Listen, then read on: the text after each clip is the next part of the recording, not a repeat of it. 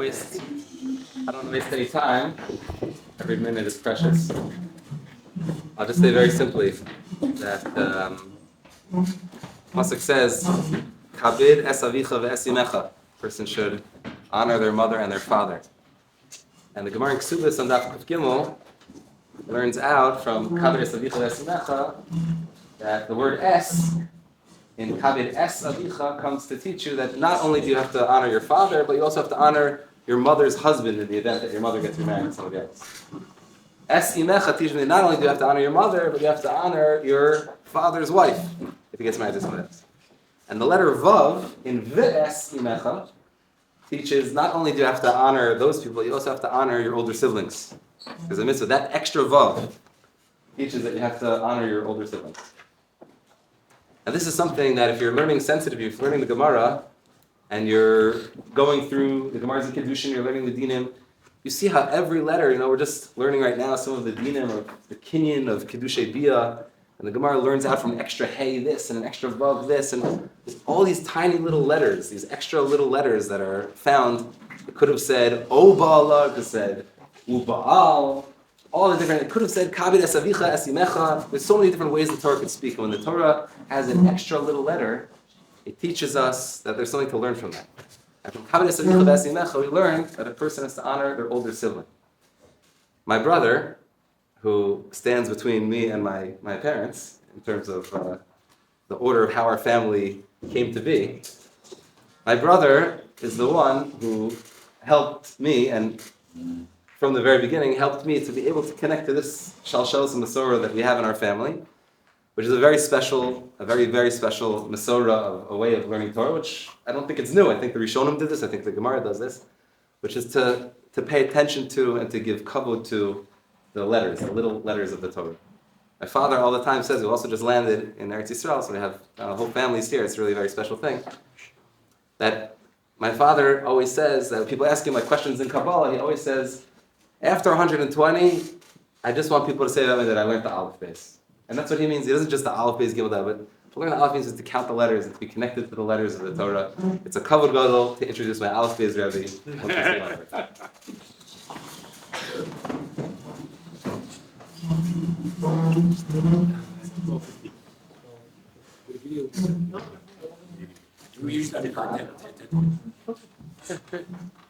Okay, hi, Shalom Aleichem. How are we doing? Smiling faces. That's usually a good start to a shir. What Rav David really said is that I'm like clinging to him by a letter vav. Like a vav is like the word vav in Hebrew actually means a hook. So I'm like trying to hold on to him with that little letter vav. But it's special to be here. It's really special to be here in every way. Special to be in this yeshiva. Zooming out, special to be in Yerushalayim. Zooming out, special to be in Eretz Yisrael. Zooming out, special to be alive and in the world. Not to be taken for granted. So I'm very happy to be here. And Rosh Rabbi Blau and the other Rebbeim and all of my new friends. I want to begin by just exploring 3 words in the Torah together.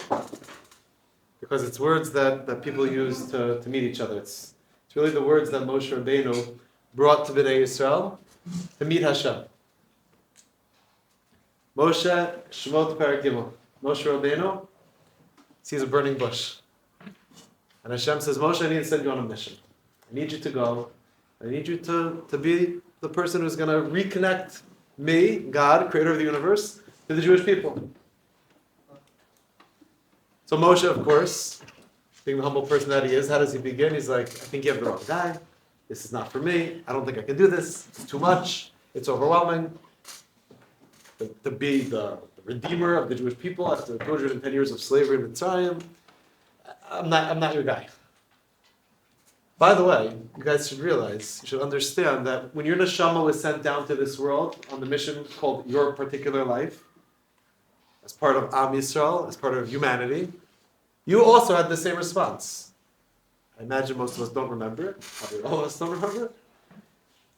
But the Zohar says that when your neshama was sent down to this world, you were kicking and screaming. You got the wrong guy. I like it where I am. Now, I don't know exactly where we were before we were here. Our neshama was somewhere, tachat kisei hakavod, beneath the throne of glory of Hashem, it sounds like a good space. We were in a good place. And then Hashem says, you got to go on a mission. I'm sending you on a deep dive. This, by the way, this comment of the Zohar finds expression in the writings of the Vilna Gaon on Sefer Yonah. Because those of us who remember the story of Yonah, Yonah also is being sent on a mission. What's his response? I don't want to do that. Not interested. Sometimes we try to run away from our mission. We're scared to embrace our mission. It's not so easy always to take on the responsibility of the mission. We feel unworthy of the mission. We feel uncertain of the mission.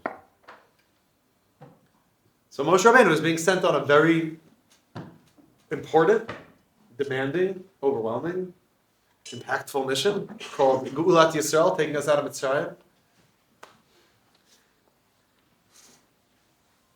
And he doesn't want to do it, but ultimately he's got to do it. Like, we didn't really have a choice at the end of the day. Hashem said, we need to exist, and Hashem made us exist. We're here, we're here. And Hashem is in this world, so now we got to figure out what to do with it. Anyways, Moshe says to Hashem, so who are you? How should I introduce you? How should I present you? And Hashem responds with 3 very interesting words. If you want to look inside, if you have a chumash nearby, you're welcome to look. No pressure. No one has to. Parag Gimel Pasuk Yud Daled in Shemos. I'm not mistaken. You'll tell me if I am mistaken. I think it's Gimel Yud Daled. Hashem says, introduce me. Tell Bnei Yisrael, my name is Ahaya Asher Ahaya. I will be what I will be. I will be what I will be. A lot has been written about just unpacking those words, but a very simple translation. Ahaya Asher Ahaya. I will be what I will be. That's the name of Hashem. Moshe asked God, what's your name? Tell me who you are. Hashem says, my name, you want to introduce me? Want to get to know me? Or reintroduce me? I want you to introduce me with that name. The name of Hashem. Aleph and Hey and Yud and Hey is actually a name of Hashem. We don't usually pronounce it. The word Eke. Eke. We pronounce it not the way that it is. It's also a Hebrew word. Ahaya means I will be. But that name, Ahaya Asher Ahaya, which is the name of God, Eke, Asher Eke, say it sensitive to even utter the letters, like David was saying, we're sensitive to Torah letters. So that's a name of Hashem. I will be what I will be. That's a very straight, that's a straight line. We just met each other, right? Just met each other.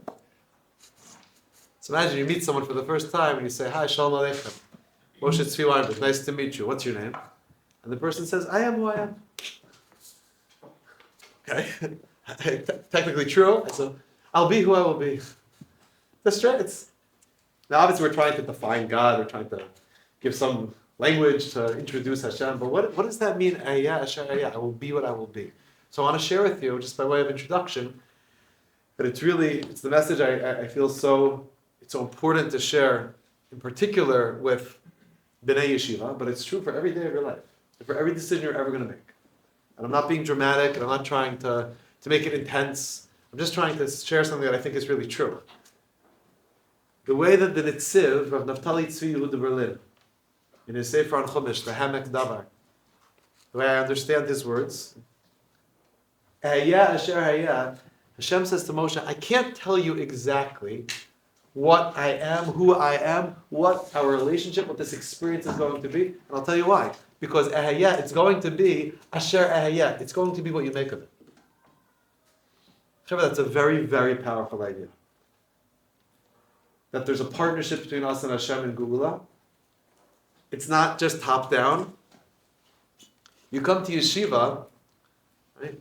And I would say in this Yeshiva of all places, having spent Shabbos with Rabbi Aaron and my brother this past Shabbos, and to hear Rabbi Aaron, and to have read Rabbi Aaron, and to have heard many times directly from him his story of what it means to be a person who receives, a person who's able to receive.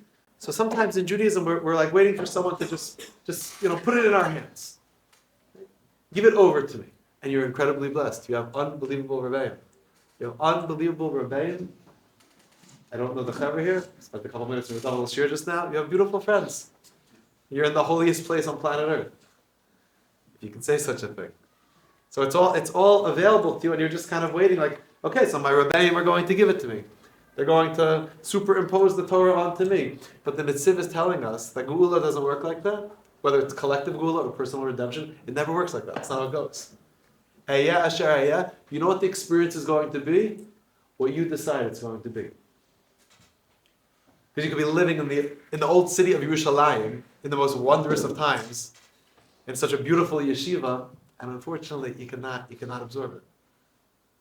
It can kind of pass through you, in one ear, out the other ear. Every decision we make, we're going to daven mincha together as you do. I'm the guest. I'm going to join you for mincha today. Every time you open your siddur, it's a choice. What do you want that experience to be? It's a choice if you're going to open your siddur, if you care to daven at all. If I choose to say the words, am I robotically reciting the words? Am I actually asking for something? Am I talking to the creator of the universe? Do I think about my genuine needs? Whether it's health, or whether it's parnasa, or whether it's wisdom, or whether it's kibbutz galios, whatever it is, the brachos of Shemona Esrei that we're davening, am I tapped into that? Am I trying to tap into that? Is a Torah lifestyle burdensome, or is it freeing? Hashem says, I can't answer the question. You guys have to decide what you want it to be. Is Shabbos a privilege? Shabbos annoying? Does it just get in the way of me being able to do what I want? Is it restrictive?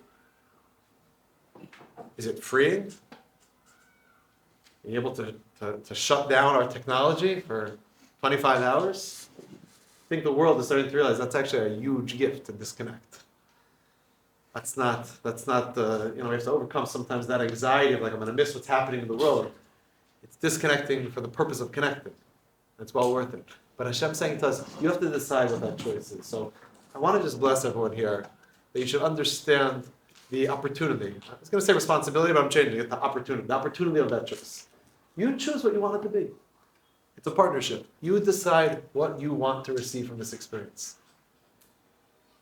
And I hope, the same way that when Moshe presents it to Bnei Yisrael, they start to begin that journey, and we're going to talk a little bit about that journey right now, but at least they understood that it's not going to happen just from Hashem. It has to happen with working together. You have to decide. Hashem says, I'm ready, I'm here, and let's go together. Whereas David HaMelech says, Hashem tzilcha, which means Hashem is your protector. Hashem provides shade, protects you, but Hashem tzilcha means God is your shadow. As Sefer Chasidus explained, Hashem is your shadow, just like your shadow, depending on the positioning of the sun, will mimic your moves, will follow your moves. Sometimes your shadow is bigger or smaller, it looks funny, it's further, it's closer. But the shadow is a reflection of you. Hashem tzilcha, Hashem is a reflection of you in the sense that Hashem says, what do you want to do today? You want to talk today? Want to open the siddur and talk today? Are you interested in hearing how I think? Misaches Kedushin, do you want to know what my vision for marriage is, Hashem says? Are you interested in that? And we have to choose to either say yes or no. So the choice is truly yours. It's a weighty choice, but it's an awesome opportunity. And I hope you appreciate it. I hope you can appreciate it. The Baal Tanya, the Alter Rebbe, the first Rebbe of Chabad, of Lubavitch, the Alter Rebbe, the author of the Tanya, so we used to tell people it's very important to learn how to live with the Parsha and to live with the times, which is the same thing, to live with the times. When we read the Torah has to speak to us in real time. We're not studying a historical document. We're not merely looking for some general direction. We're trying to apply it very precisely to our lives. And there is a level of hashgacha pratis in whatever's happening in the parsha or the parshiot is happening in our lives. And we have to try to train our eyes to see that.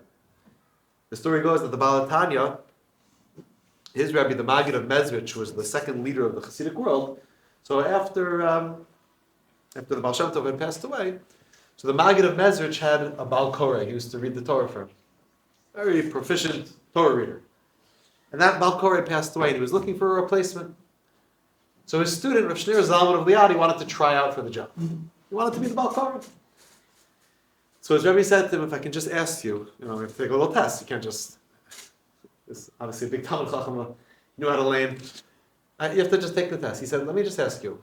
The Maggid of Mezrich asked the Baal Tanya, can I just ask you, when you read the Torah, when you read the Parsha, this week's Parsha is Parshat Bo, finishing up the Makot. When you read the Parsha, do you see within the Parsha that week's events? Like you're able to see it as a message that's unfolding in real time? The Baal Tanya said, yes, Rebbe, I can humbly, but yes, I can do that. He said, more than that, are you able to understand how each aliyah corresponds to that particular day of the week?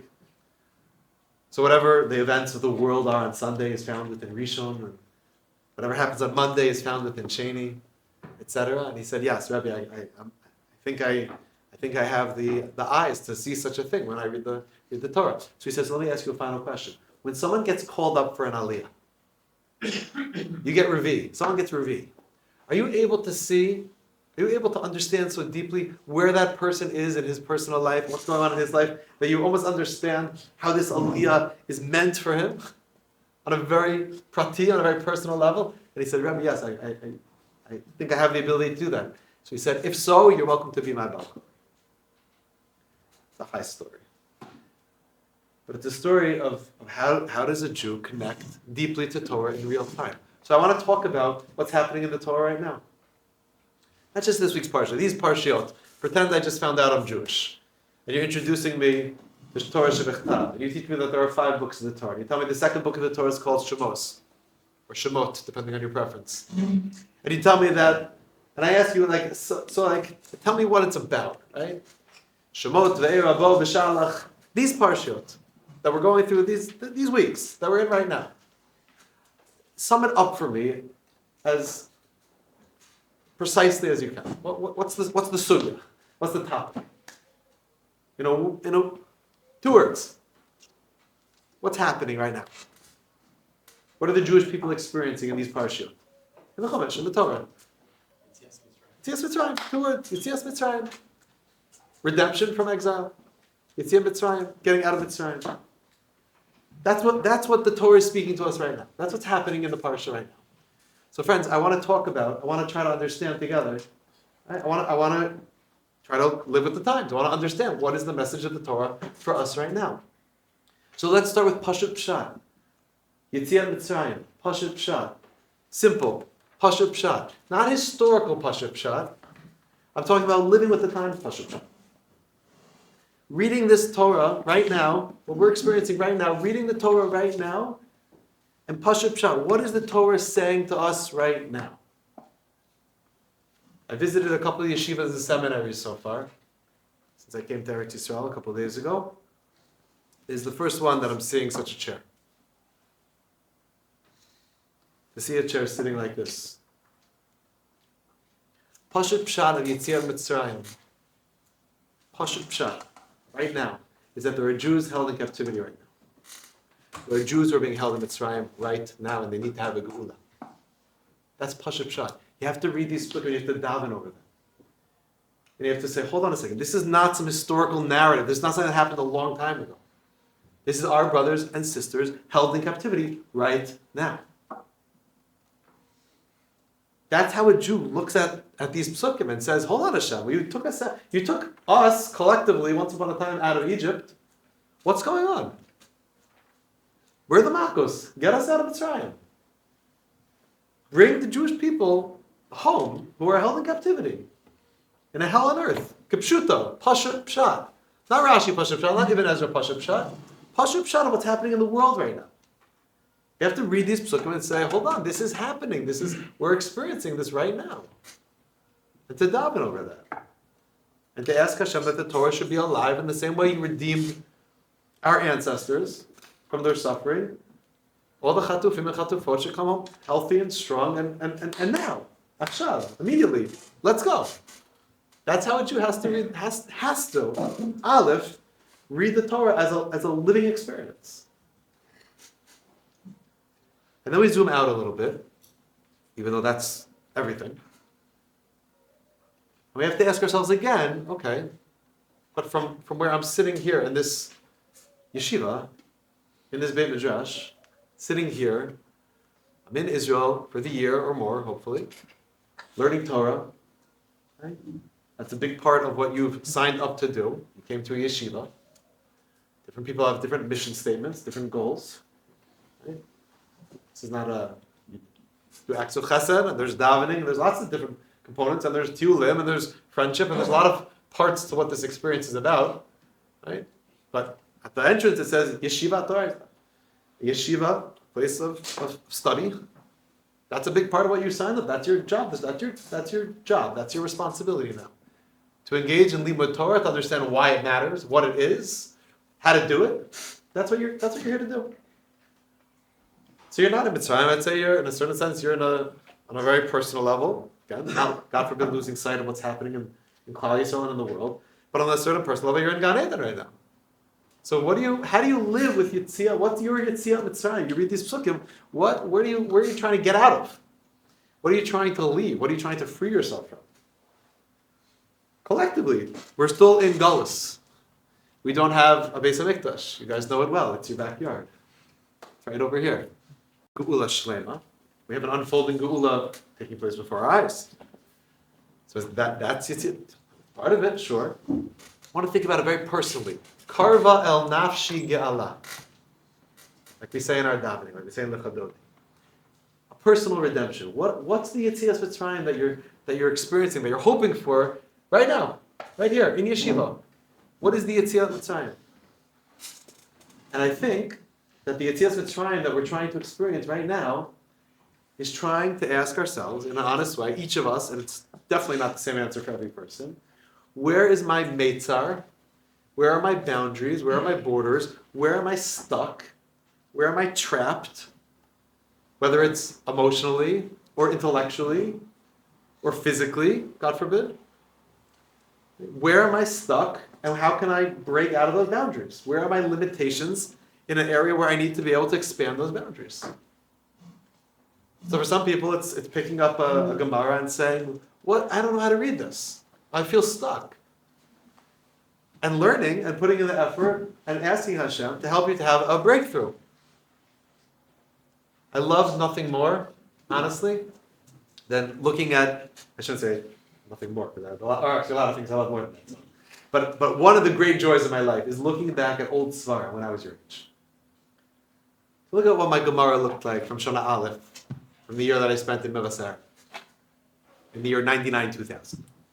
I'm 43 years old. I'm 3 years older than my brother. Older and less wise, but older, so that bug. Hold him to that bug. And I pick up my old Sfarim and I see, and I'm proud of myself. I'm not embarrassed of myself. I'm proud of myself that I see, you know what?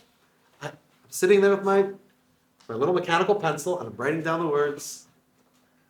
It's all marked up. Until this day, I still love marking up my Sfarim. But it's just funny, it's interesting, and it's inspiring for me, for myself, to look back and say, there was a time I didn't know that word. That's such a simple word. It's not a hard word. It's such a simple word, and I didn't know it. Now, there's other words that I still don't know. A lot of them.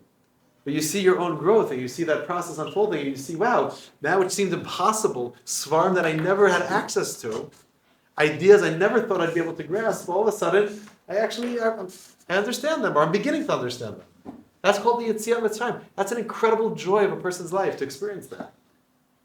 To feel that growth taking place. One of the challenges that we face, of course, is that when you live within yourself, it's very hard to recognize your own growth. That's why you need sometimes an outsider to see you, and to say, wow, I can see that you've changed. Really? I'm like so anxious that I'm still the same guy I always was. No, things are changing. Things are happening. Really? Like from Shachris to Mincha, I'm a different person. It's very micro, but things are changing. And when we stay at it, when we continue to invest in it over and over and over again, we start to grow. Chavre, it's Rosh Chodesh Shvat this week. We're coming to Rosh Chodesh Shvat and Tu B'Shvat. You learn a Mishnah at the beginning of Mesechus Rosh Hashanah. You start to find out sort of this halachic holiday. But it has a lot of profound messages for us as well, inspirational messages, if you can call it that. A celebration of growth. Rosh Hashanah Li'ilan. Happy birthday to the trees. We go out, give a good yontiv to the trees, good yontiv, you see the trees, good yontiv. Right? Write a little birthday card, hang it off of a branch. Right? I brought you a little card. Come back an hour later, you still didn't open the card. You help the tree out, you open the card up. You read the card to the... What is Rosh Hashanah for the tree? Rosh Hashanah Li'ilan, in the Lashon of the Mishnah. A celebration of trees. Well, Rashi writes in Mesechus Rosh Hashanah in two places, on Daf Yud Bet and Daf Yud Aleph. Rashi says, you know what happens on the Rosh Hashanah Lilan? You know what's happening? Again, Beis Shammai, Beis Hillel. Is it on Rosh Chodesh? Is it Tu B'Shvat? You know what's happening with the big celebration? The seraph, the sap, is Ola Be'ilah. The sap, this inner life force of the tree is starting to reawaken, to reemerge. We're coming out of winter. We're coming to spring. And I left the snow of New Jersey behind, where you feel the transition more profoundly, because we're more mobile in Chutz La'aretz than in Eretz Yisrael. Right? But you see a shift. You see a dead tree coming back to life. Summer fruits, the winter fruits, the spring fruits, different. Right? Some trees are just starting to wake up, and the sap is rising up on the inside. That's the big celebration. You know what you're celebrating? You know what that big Yom Tov, you know what that big Rosh Hashanah is? What we're celebrating? Do you have X-ray vision? Do you see the sap rising up in the tree? Do you understand sort of the rejuvenation that's taking place internally within this tree? The answer is no, you don't. The tree does not yet have leaves. It does not yet have buds. It does not yet have fruit. And yet, this tree, our Torah is teaching us, it's waking up. You know, there's different ways to wake a person up. Every year, we try to wake people up to start the year. Tafshin Pei Hey. This year is going to be an unbelievable year, guys. Tafshin Pei Hey. So Rosh Hashanah this past year, Hashem screams to us, wake up. How does Hashem wake us up on Rosh Hashanah? The shofar. To speak precisely, the Rambam writes in Hilchos Tshuva, why do we blow the shofar? Be careful, it's a trick question. Why do we blow the shofar? Because Hashem said so. Because Hashem said so. Can't skip steps. Rambam writes in Hilchos Tshuva in the third parak, even though blowing the shofar is a decree of the creator of the universe, Rambam is giving us something important there. He's saying the first answer, the truest answer to every single thing we do. Why do we keep Shabbos? God said so. Why do I wear tefillin? Hashem said so. Why do we keep kosher? Hashem said so. After that, the Rambam says, nonetheless, there's a remez. There's a deeper message, an additional message. I don't know if it's deeper. Maybe it's deeper just to do it because God said so. There's an additional message. Uru yesheina mishenaschem. Wake up. The shofar is screaming at us to wake up. Many years ago, I was on a chinuch staff in a sleepaway camp, and one of my jobs was to wake up the sports staff guys for davening in the morning. Talk about an impossible task. So I had to study under many mentors and gurus and to get the Masorah on like what are the various techniques to maybe get them out of bed like by Aleinu, at the end of davening. So technique number one, you come in, make a little noise, a shofar, right? Or when we're a little more responsible for ourselves, we set an alarm maybe, an alarm clock, right, to get ourselves up in the morning. But however, you all know what happens. Sometimes what? Snooze, snooze, snooze, and we're back asleep. What else can you do to wake a person up? What happens if you don't get up from the alarm clock? What's the next thing? My daughter's still lying in bed. It's time to get up for school. Right? I heard her alarm go off. I don't hear any movement upstairs. Yeah. I walk into my daughter's room. I gently put my hand on her arm, on her shoulder. Yeah. Give her a little shake. Sweetie, it's time to get up. You're going to be late for carpool if you don't get moving. Not going to have time for breakfast. Get moving. One of the tzaddikim said, that's what Sukkot is after Rosh Hashanah. We take a lulav in our hand, we give a little shake. If you didn't get the message, if you didn't hear the sound of the shofar, if that didn't wake you up, that's okay, it happens to some of us. We give a little shake to try to get a person to wake up, wake up. What happens if that doesn't work? What happens if that doesn't work?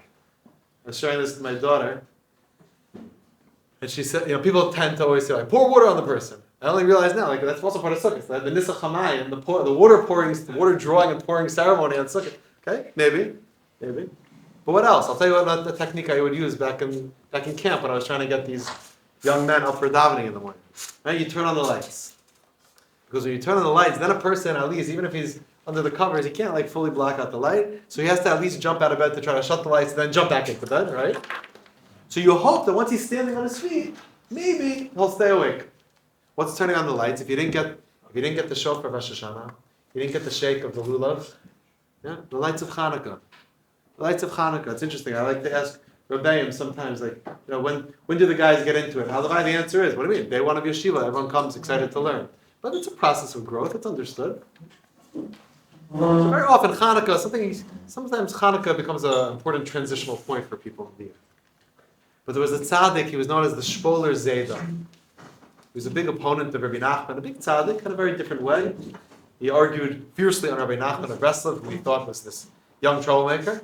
A holy debate of tzaddikim. The Shmuel Zayda used to say the following. He said, some sources tell us that Hanukkah is in some ways, I'm going to go into it right now, but Hanukkah is in some ways, in the writings of the Arizal, is sort of the conclusion of what we started on Rosh Hashanah. Putting the finishing touches on kind of the framing the year, the tshuva process of arranging the year. The Shmuel Zayda said, I'm a slow person. What most people are able to finish by Hanukkah, Hashem, I need until Tu B'Shvat. That's what he said. I need a little more time to get my act together until Tu B'Shvat. What was this? This tzaddik was probably, like the Rambam writes, signed and sealed and good to go on Rosh Hashanah. Aseres Yemei Tshuva, Yom Kippur, for sure. That was plenty of time. What did he mean by this? Some people, it takes a little more time, even until Tu B'Shvat. Guys, the celebration of Tu B'Shvat is a recognition of growth that's taking place beneath the surface. It hasn't produced the fruit yet. It's not so easy to see on the outside. But something's stirring, something's moving. And when we talk about reading the Parsha and living with the times, right, and we try to attach our experience to the experience of the Jewish people leaving Mitzrayim, it was also a process. Why didn't Hashem just snap his fingers and take us out of Mitzrayim? It was a lengthy process. The 10 Makos took a year. And you know what happened after that? We finally left Mitzrayim. Finally, we get to leave Mitzrayim. We leave Mitzrayim. We think we're finally free. And next thing you know, we look over our shoulders and the Egyptians are chasing after us. And we're trapped at the sea once again. We're back in a Meitzah. We're bordered in again. We're blocked in again. There's nowhere to turn. And we're frustrated. And our sages describe different approaches of what to do in that moment, what the Jews were thinking. There were Jews, it's shocking to say out loud, there were Jews who wanted to kill themselves at the Yam Suf. Because they finally thought they were free only to be taken, chased again, hunted again by our enemies. There were Jews who said, we're never going to be able to break the cycle, let's just kill ourselves and get this over with. You realize how sad that is? There were other Jews who wanted to give up in a different way and said, let's just go back to Egypt, let's surrender. Go back to being slaves in Egypt. You realize how sad that is? It's also sad. Geula is a process. It's not just going to happen so easily. There's going to be ups and there's going to be downs, and that's the way it's supposed to be. Vayasev Elokim et ha'am. Rav Soloveitchik had a beautiful interpretation of that phrase in next week's parsha. Vayasev Elokim et ha'am. That Hashem, Vayasev, Sivivon. Hashem, you're sending us in circles sometimes. It feels like we're not getting anywhere. Like I'm back in the same place. And you know what the irony of ironies is? We never really even, according to man, we never even crossed the Yam Suf. According to some of the Rishonim, we didn't cross the Yam Suf. In fact, we entered the water, made a half circle, and came out a little further downstream, on the same side. No, a lot was accomplished in that because our oppressors were dead. And we had a little bit of emotional peace of mind, knowing that the enemy had been destroyed. But there's going to be moments in your spiritual journey at every stage of the game when you're trying to break through whatever it is. Again, whether it's a character trait that you're trying to work on. Let's say you're a person, you have a tendency to just speak not nicely about people. And you know it's wrong. And you don't want to be that type of guy anymore. I want to be a person who speaks positive words. So you say, I'm going to break this cycle of Lashon Hara. And you work on it. You become conscious of it, and you work on it, and you work on it, and you work on it. And then you find yourself saying something really nasty about someone. And the Yetzer Hara is sitting there mocking you, saying, you're never going to break the cycle. You think you're going to fix this problem?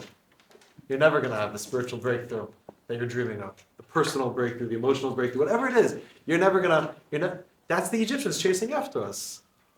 Vayasev Elokim et ha'am. Soloveitchik spoke about the zigzag of the historical redemptive journey of the Jewish people. You think we just went out of Mitzrayim and went straight to Har Sinai and came to Eretz Yisrael and got our Torah, came here and built the Beit Midrash? Not that fast. And certainly we can say from our vantage point in world history and Jewish history, it's a journey. It's a journey. It's a process. It's a zigzag. It's up and it's down, and it's up and it's down, and it's up and it's down. But you know what that's called? That's called alive. Shlomo Volvi, the great mashgiach, used to say, imagine a person's hooked up to a heart monitor. What do you want to see on that heart monitor? You know what you want to see? Up and down, up and down. You know what you don't want to see? A nice steady line. You know what that's called? Dead. Up and down is realistic. That's real life. You're going to have good days and less good days. You're going to have davenings that you really felt like you were talking to Hashem. There's going to be times where you don't even know, did I even daven mincha today? I can't even remember. That's part of the spiritual evolution of a person. It's a process. It's a journey. For some people, it's Rosh Hashanah. For some people, it's the shake of the lulav. For some people, it's the lights of Hanukkah. For some people, it's having the courage to appreciate that I'm growing when I can't even see it because something's stirring inside of that tree. Something's happening. Something's starting to move. Things are starting to develop. That's the personal karva el nafshi ga'ala, the personal yitzias Mitzrayim that we're all dreaming of, that we're all davening for. I want to share with you one of my favorite midrashim. I share it very often on this trip because I think it captures a lot of the experience, again, that one has in yeshiva, if you're seeking. And it's based on a pasuk in the 6th parak of Shir HaShirim. A beautiful medrash. It rings, unfortunately, a little too true, this medrash. You'll see why in a second.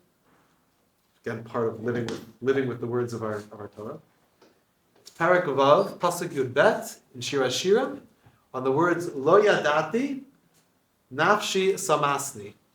But Chazal sort of move the punctuation, and they read that phrase, lo yadati nafshi. Let's take those 3 words. We started with 3 words, we'll end with 3 words. Started with eka asher eka, I'll be who I am. Then it's siv, you decide what you want the experience to be. Lo yadati nafshi, I didn't know my soul. I didn't know myself. Listen to this medrash. The medrash appears in the medrash on Shir HaShirim. Listen to these unbelievable image that Chazal paint for us. Lo yadati nafshi, I didn't know myself. I almost hope, I'm not going to ask, but I almost hope twofold that if I ask, who here feels that he knows himself well? I hope everyone would raise their hand and also not raise their hand. Because chaval to not have not met yourself at all. And chaval to think that you fully get yourself, as if I'm an Adam Shalom, a complete person. We're always in evolution. We're up and down. We're growing. We're experiencing redemption as a process, collectively and individually. So listen to the words of the Medrash. Lo yadati nafshi, I didn't know my soul. It says the Medrash, mashal lebat malachim, a mashal of a princess, a daughter of royalty, who was kidnapped from the palace. Again, not something that unfortunately is foreign to us. Eretz Yisrael is the palace. Jewish girls, men, boys, young and old, taken from the palace. Say Chazal, picture a young girl, child, princess, daughter of royalty, kidnapped from the palace.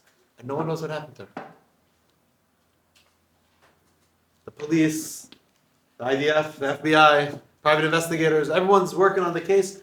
No one knows what happened to this girl. Can you imagine the pain that the king and the queen are feeling? And the answer is no, you can't. You can't. You can't begin to imagine the fear that any parent has when a child is missing. For a minute. Your kid walked around the corner to the other aisle in the supermarket and you're beside yourself. Girl's gone. 1 year, 2 years, 5 years, 10 years, 12 years, 15 years. King and the queen, they're trying to live their life, but not so easy. One day the king, modernize it just a little bit, one day the king is big stretch limousine, surrounded by black SUVs, driving along the main highway, serious protexia, and he's looking aimlessly out the window and he sees off in the distance, from the main road, he sees kind of down the hill off in the distance, he sees a young woman, probably around your age, 18, 19, 20 years old, and he screams out to the driver, stop the vehicle. Like nothing the driver has ever heard. King starts screaming, slams on the brakes, and the king turns, he's shaking. What, are you okay? What's going on? The king turns to his bodyguard, to his trusted official, and he says, that girl over there, I need to speak with her. So the guy gets out, big dude, buttons the top button, marches down the hill. The girl sees this guy coming, she sees this, a lot of action up top, the big black SUVs, the big limousine. He says, young lady, come with me. I'm in trouble? come with me. Marches back up. She's standing right alongside. The king opens the window, rolls down the window. And he's just looking at her and just shaking his head in disbelief. I can't believe it. I can't believe it. And with a trembling voice, the king says to her, he says, do you know who I am? She says, of course you know. I've never met you before, but see pictures of you. Of course you're the king. So he says to her, young lady, do you know who you are? So she says, I think so. I'm not sure. I'm just embarrassed to look at him, totally overwhelmed. What's going on here? I'm not. She says, do you know who you are? She says, I don't want to be disrespectful, but I'm not really sure what you're asking. So the king, again, I'll modernize it a little bit, with a trembling hand, reaches into his pocket. He pulls out the royal cell phone, and he pulls up a picture of his rabbits and the queen. And he holds it up and he says, do you recognize this woman? Of course, it's Her Majesty the Queen. The king says, I want you to take this picture in your hand, and I want you to look at it really carefully. I want you to study it really carefully and tell me what you see. She is so confused. What's going on here? She takes the king's phone in her hand. She's staring at this picture. And he says, look at it carefully.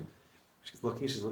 All of a sudden, she has this almost awkward chuckle, starts to laugh a little bit, but awkward, uncomfortable. He says, what is it? Is there something you see? She says, yeah, but he says, what's that? She's like, I don't feel so comfortable saying it. He says, I command you, tell me what you see. What do you want to say? She says, it sounds so weird, but I never noticed this before, but I kind of look like a young version of the queen. I see a resemblance. And with tears in his eyes, the king says, that's your mom. That's your mom. I'm your dad. She's like, what? And he starts pulling up articles online of, from 15, 16, 17 years earlier, when this little girl went missing. And he's showing him the police reports. You're the prince. You're the lost princess. You're the Bat Malachim. He says, I saw you off in the distance. And look at you. You're dressed like a person who's been living on the streets. I saw you picking food out of a garbage can. And even from such a distance, I recognized you right away. And she's shaking. And he says, climb in. We're going back to the palace. Everything that's mine is yours. You don't have to live like this. The Midrash says her friends start to poke their heads out and they say, well, what's going on over here? Her Chevra starts, peering at it from behind the bushes, She says, I just found out that I'm a princess. I'm royalty. What? Our friend is royalty? We can't believe it. And as she climbs in, on her way back to the palace, she says to her friends, you think you're surprised? Lo yadati nafshi. For too long, I had no idea who I was. You think you're overwhelmed with emotion? How do you think I feel to not have known myself until this moment? The Midrash says the Nimshal is the Jewish people in Mitzrayim. There's a narrative in Mitzrayim that we're the worst of the worst, a slave nation. We should be thankful that we get to be slaves for such a world power. That was the narrative. That we're bad people. Talk about living with the times. It's not a foreign narrative, unfortunately. Plenty of people who still speak that narrative. That we're the aggressor and we're the oppressor and we're the ones who are to be blamed. Most moral, ethical people on planet Earth. The most moral fighting force on planet Earth, defending its right to exist, but we're the bad guys. That was the narrative of Mitzrayim.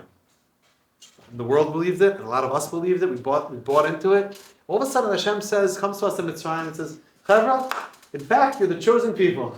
And I'm taking you to give you my greatest gift, the Torah. And we leave Mitzrayim. Ushers us out of Mitzrayim. And we cross the Yam Suf. We explained earlier, sort of. And the Egyptians say, what? You? We didn't realize who you were. And as the Egyptians are drowning, we look back over our shoulder one last time, we say goodbye to them. The true oppressor, we say, you think you're surprised, you're shocked, you're overwhelmed? Lo yadati nafshi. We didn't realize who we were. We didn't understand. However, we didn't understand who we were. To me, a big part of the yeshiva experience, and of course it's not just the yeshiva experience, it's every day of our life, is to try to get to know ourselves in a deep way. To remember that Hashem told Moshe, I can't tell you exactly how to tell Klal Yisrael what the experience of being a religious Jew, of being a human being on planet Earth is, the opportunity, the potential. It's infinite. But I can't package it nicely and neatly and hand it to you on a silver platter. Because you have to decide what you want that to be, what you want that experience to be. To wake up from the sound of the shofar, to wake up from the shake of the lulav, to wake up from the lights of Hanukkah, to celebrate the internal growth, to believe that something's moving, even though I can't see it yet, which is the celebration of Shvat, of Chodesh Shvat, the Tchias HaMesim of the tree, that everyone gave up on and said, this tree's not good. And all of a sudden the tree's back with beautiful fruit. That's the story of our lives. That's called living with the Parsha. And I'll end, just to make the point, it's not just, it happens to be, we're reading these Parshiot now. Great. Shemot, Ve'era, Bo, Beshalach.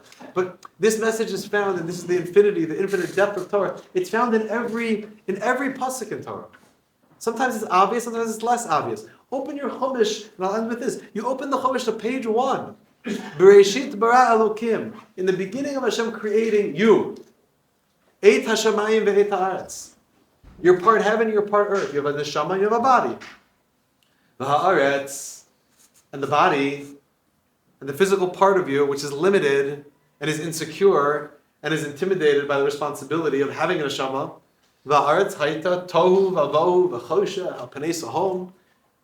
It's in a state of disarray. It doesn't know what to do with itself. I got to figure out my life. What do I want to do? What type of Jew do I want to be? Where do I want to live? Who do I want to marry? What do I want to pursue professionally? What are my interests? What makes me different than the guy who's also in the yeshiva and my roommate? Where are we the same? Where are we different? It's a tohu and it's a bow. It's confusing and it's darkness. It's choshech. Al panei tahom. It's deep. It's a deep topic. Tahom, the depths. But a Jew can choose to keep reading. A Jew can choose to push forward. And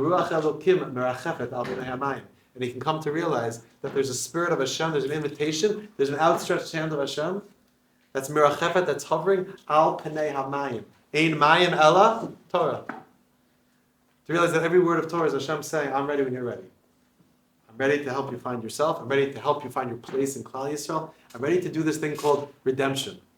Collectively, individually, that's what's happening in these parshot. That's the story of our lives. So again, I'll give you that bracha one more time. Ayah asher ayah. I hope we can have both the humility and the strength and the self-confidence to take Hashem up on the offer.